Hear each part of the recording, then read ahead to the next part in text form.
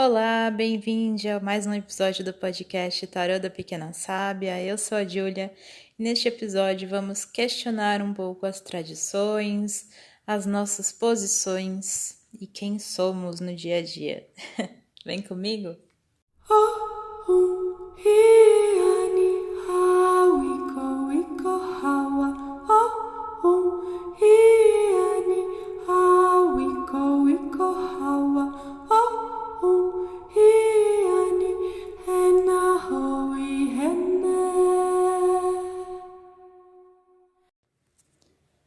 Muito bem, bem-vinde, bom dia, boa tarde, boa noite, seja qual for o momento que você estiver ouvindo.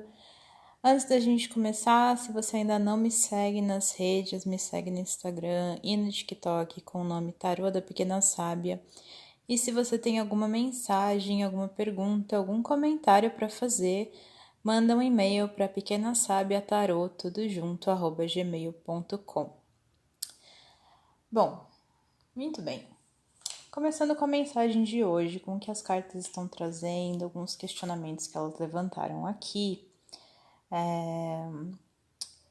Eu quero falar um pouco sobre as tradições, os costumes, muito mais no sentido das tradições que nós carregamos, as ideias que nós carregamos, que são passadas de geração para geração e que são colocadas sobre nós, as expectativas, as ideias de qual é o nosso lugar, de qual é a nossa posição no mundo, de qual é o nosso papel na vida.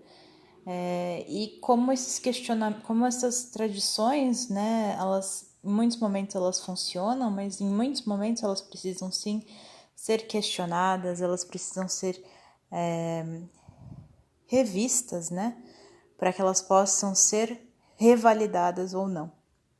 Isso está muito em conexão com o que falamos em episódios anteriores. Se você ainda não ouviu, coloca aí na sua playlist já para você maratonar, não importa a ordem. Como a gente falou sobre o respeito à nossa linhagem ancestral, não existe apenas na aceitação passiva de tudo, mas também no nosso questionamento e na nossa negação a continuar, a perpetuar algumas ideias, alguns costumes, alguns preconceitos que são passados através das gerações e que não necessariamente nós precisamos continuar mantendo na nossa vida, né? E começando aqui o nosso questionamento com algumas cartas, eu estou usando aqui o tarô tradicional, estou usando o The Literary Witches, que é aquele baralho que tem imagens de escritoras, que eu adoro, acho lindo, e o Self-Care Oracle.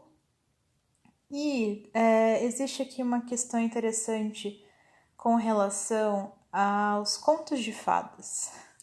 A Angela Carter, que é a escritora que saiu aqui, ela era uma escritora feminista e ela se tornou muito conhecida por reescrever alguns contos de fadas, subvertendo muito do que era dito lá, fazendo versões mais adultas, né, e questionando muito o lugar das pessoas, questionando as violências morais, sexuais, físicas, né, todo tipo de questão em que as pessoas, e principalmente as mulheres, eram colocadas.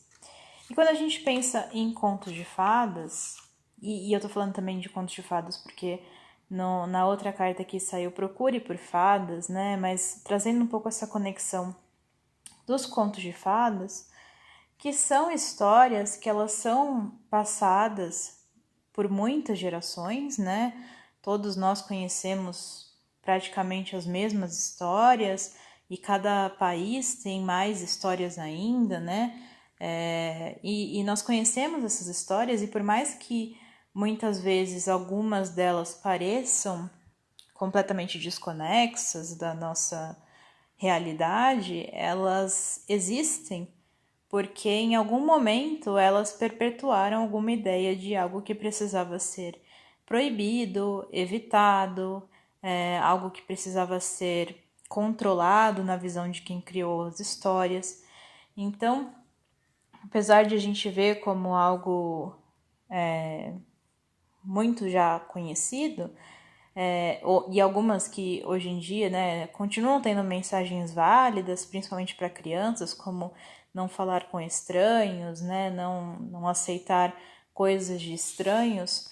Esses contos de fadas, eles também, em algum momento, foram criados para trazer medo em cima de alguma coisa que alguém pudesse fazer, em cima da ideia de talvez escolher um caminho diferente, da ideia de questionar alguma coisa, da ideia de ir contra aquilo que era a norma, né, de quem estava no poder naquele momento.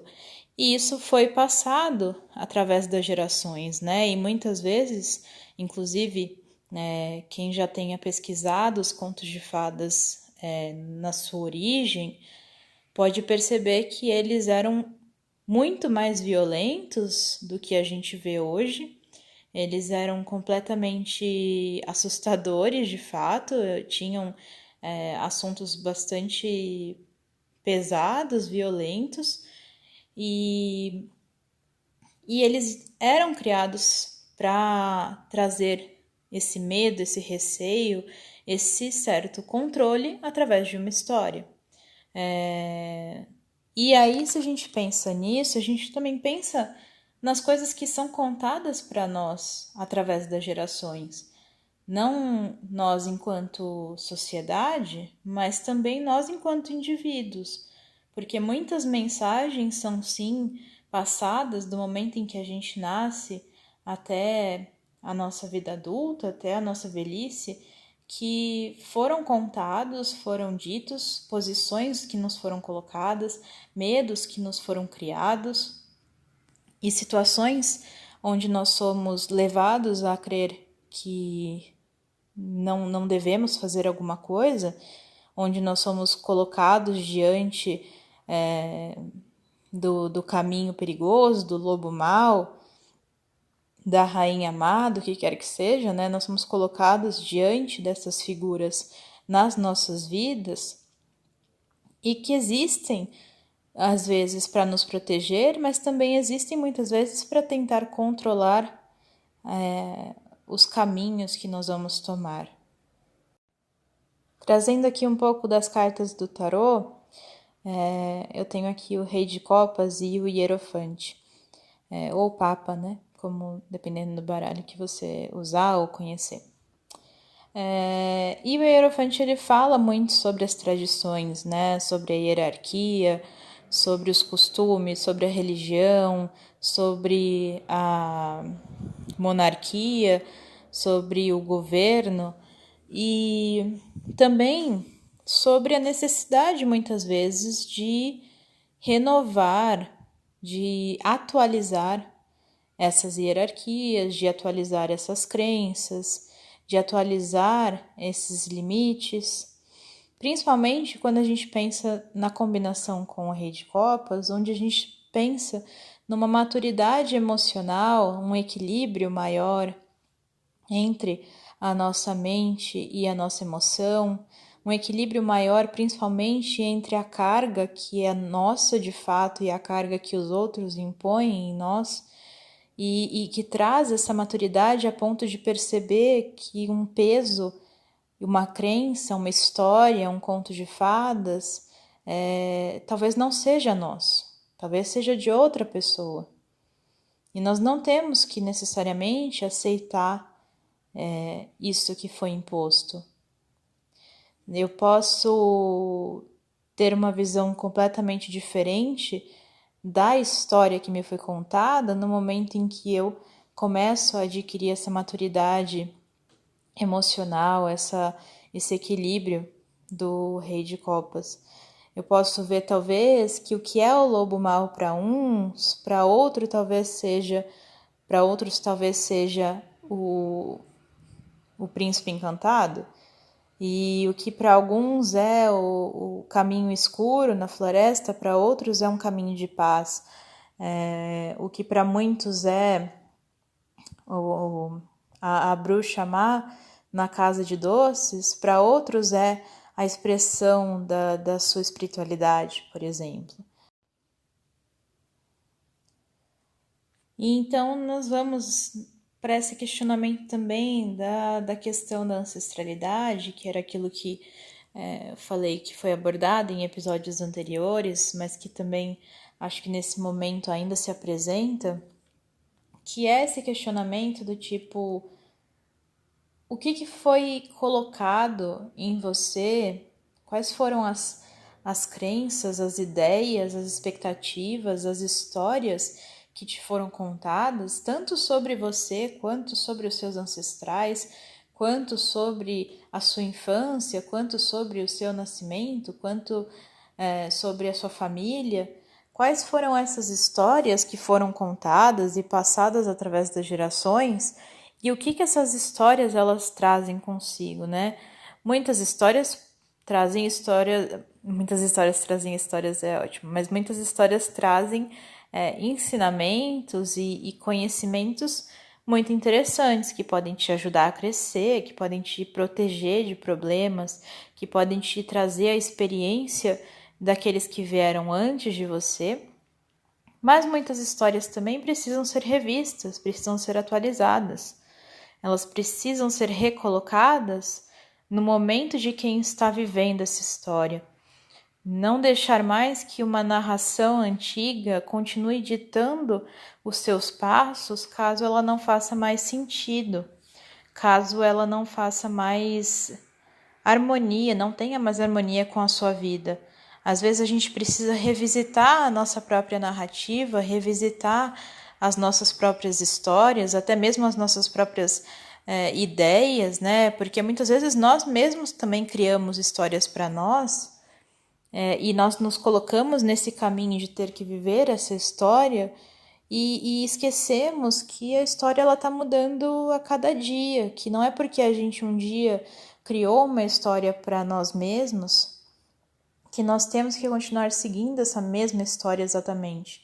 Tá tudo bem você, no meio do caminho, descobrir que existia um outro caminho, ou até mesmo um atalho, ou uma casa onde você se sente mais confortável.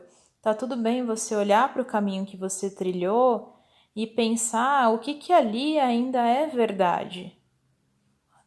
Muitas pessoas ficam presas em situações onde elas não estão felizes, sejam relacionamentos, sejam trabalhos, sejam simplesmente situações mesmo, e elas ficam nessas situações onde elas não estão felizes, onde elas estão frustradas, por não perceberem que elas podem reescrever a sua própria narrativa, né?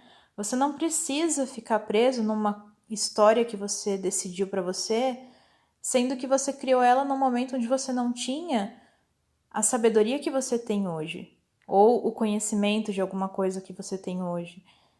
Então isso também tem a ver, até para a gente entender que também, apesar de ter sim questões que podem vir de tradições, de ancestralidade, de outras pessoas, mas também reconhecermos a nossa própria responsabilidade nas nossas narrativas, a nossa própria responsabilidade nos nossos contos de fadas, e inclusive olhar também para essa narrativa, não só com esse olhar de revisitar essa narrativa e também de aceitar e admitir que muitas vezes nós criamos esses contos de fadas pensando na maneira mais idealizada possível de se falar sobre alguma coisa e criamos essa ideia dessa ilusão, desse sonho, dessa fantasia que muitas vezes não queremos admitir que não é verdade ou que não é exatamente aquilo que nós estamos fingindo que é.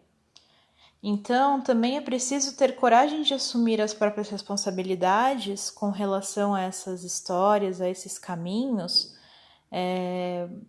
e realmente questionar se nós estamos caminhando em direção ao final feliz que nós queremos, né? E é isso, aceitar que não existe um único felizes para sempre, não existe um único caminho que leva à felicidade.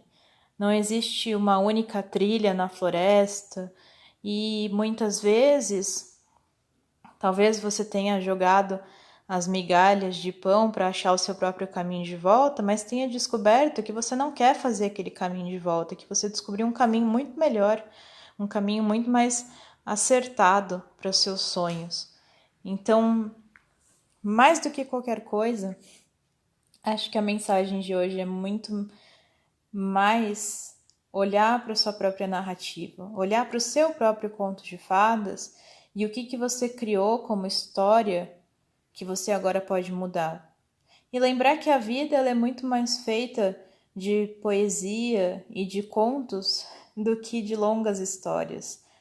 A nossa biografia, quando ela se termina, ela é muito mais composta de trechos e pedaços do que de uma história única. E é justamente essa mistura, esses vários pedacinhos, que tornam a obra muito mais interessante. Então, é isso. E que o Felizes para Sempre seja todo dia. Felizes para sempre até o final da noite. E eu era uma vez começando todo dia de manhã de novo. Bom, esse foi mais um episódio. Se você gostou, não gostou, se você tem uma coisa para dizer, me segue nas redes, manda uma DM e me manda um e-mail pro, de novo, pequenasabiatarô@gmail.com, tarô com T mudo no final. E se você não me segue no Instagram ou no TikTok, me segue lá com o nome Tarô da Pequena Sábia. E fala o que vocês estão achando, vocês estão gostando, vocês gostam deste horário, isso é uma coisa que eu queria saber. É muito cedo, é muito tarde, é um horário onde está todo mundo dormindo e eu que sou louca, não sei. Me digam aí o que vocês acham e até o próximo episódio.